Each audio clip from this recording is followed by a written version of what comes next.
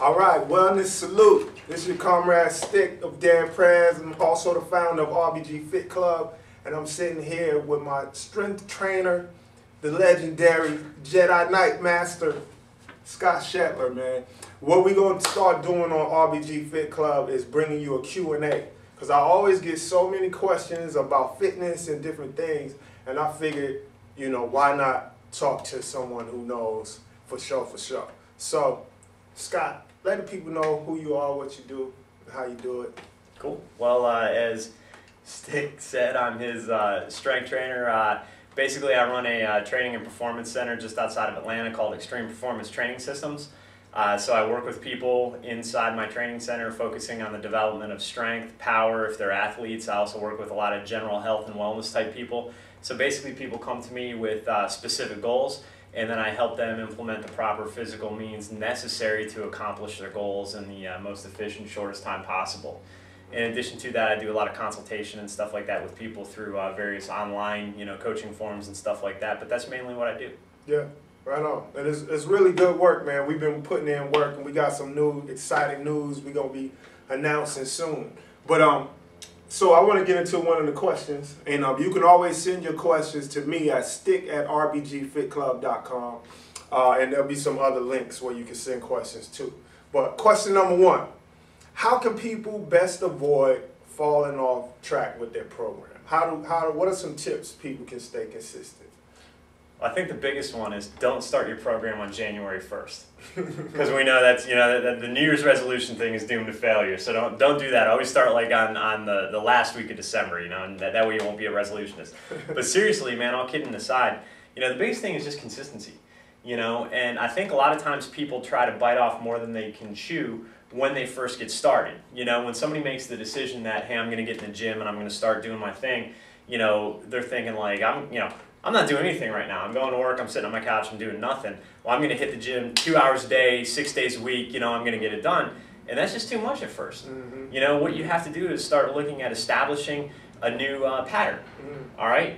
Because you're not used to working out. So it's not realistic to say I'm going to go every single day. Maybe it's more realistic to say, okay, I'm going to go on Monday, Wednesdays, and Fridays, or I'm going to go on Tuesday, Thursday, Saturday. I'm going to go every other day. Mm-hmm. Go to the gym, I'm going to lift some weights. Maybe on my in-between days, I'm just going to go outside and take a walk. I'm not going to worry about running a marathon right now. I'm just going to walk around the block and get used to doing some type of regular cardiovascular exercise.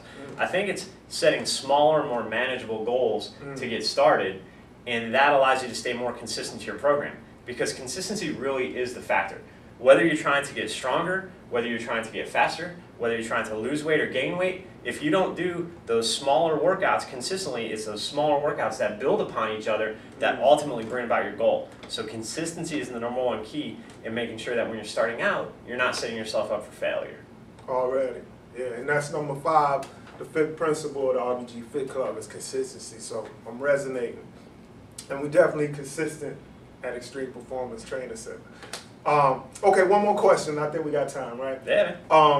So dudes be in the gym top heavy, real big up top, skinny legs on the bottom, man. How do we avoid that and have a more well-rounded development? I mean, the short answer would say to train your legs and do some pulling.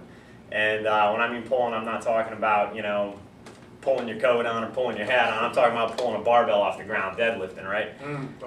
There's back in the day when I was really into powerlifting, there's a famous kind of powerlifting coach, guru, what have you. His name's Louis Simmons. He runs the Westside Barbell Club. I probably mentioned him to you. Westside Barbell's in Columbus, Ohio, one of the strongest gyms on the planet.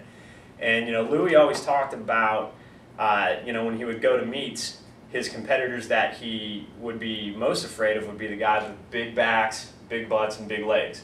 The guys that were just top heavy up front, big chests, but no backs, piece of cake. He knew they weren't going to be able to squat or pull a lot. Because in powerlifting, it's a squat, bench, and a deadlift, right? 3 lifts make your total.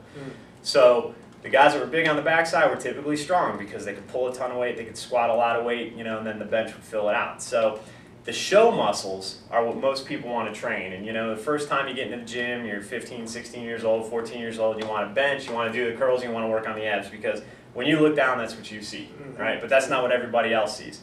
So I think the biggest thing is to pay some attention to the backside of the body. Pay some attention to the muscles that you don't see when you look in the mirror.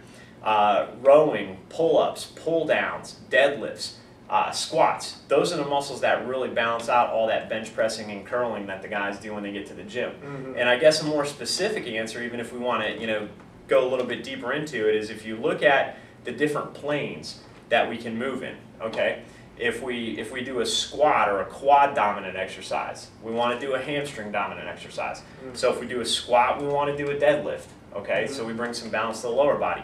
If we do a bench press, which is a horizontal push, we want to do a row, which is a horizontal pull, and that balances out the muscles around the shoulders and the elbow joints, right? If we do an overhead press, like a barbell press, we want to do an overhead pull, like a pull-up or a pull-down if you're not capable of doing pull-ups. And again, that brings some balance in pushing and pulling in the vertical plane. If we want to get down to the beach muscles, if I flex my arm and do a curl, I got to extend my arm and do a push, so I got to work the triceps. So I got to work the muscles on both sides of the joints. All right, so that's, you can look at your programming in terms of that to bring balance to what you're doing and to help avoid any imbalances down the road. And then also, it's just from a health standpoint. If I do nothing but bench pressing, my shoulders are going to get tight and I'm going to have this posture where my shoulders droop forward and my back's going to be weak. Well, that could lead to some issues with your shoulder joint down the road. Right. So you're not just talking about, the physical appearance, but you're also talking about the health. Exactly. So bringing balance to the muscle groups from a health standpoint is important as well. So again, look at the planes that you're working in. For every horizontal push, do a horizontal pull. For every vertical push, do a vertical pull. For every quad dominant exercise, do a hip dominant exercise.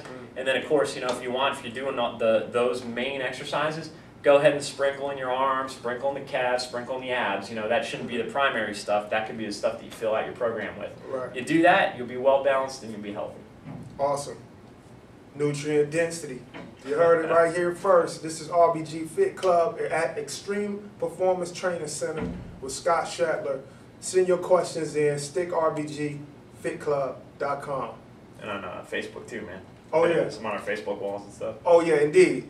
Facebook.com/sticrbg and your direct just /S Shetler. And what we'll do is we'll put the links down in the comment sections underneath this video, and then we'll also put the links on different blogs and stuff that we post this on. So just send those questions in, and every week we'll answer a couple of your questions and hopefully bring out some good info, right? For sure, man. Consistency and balance. Let's get it. Salute.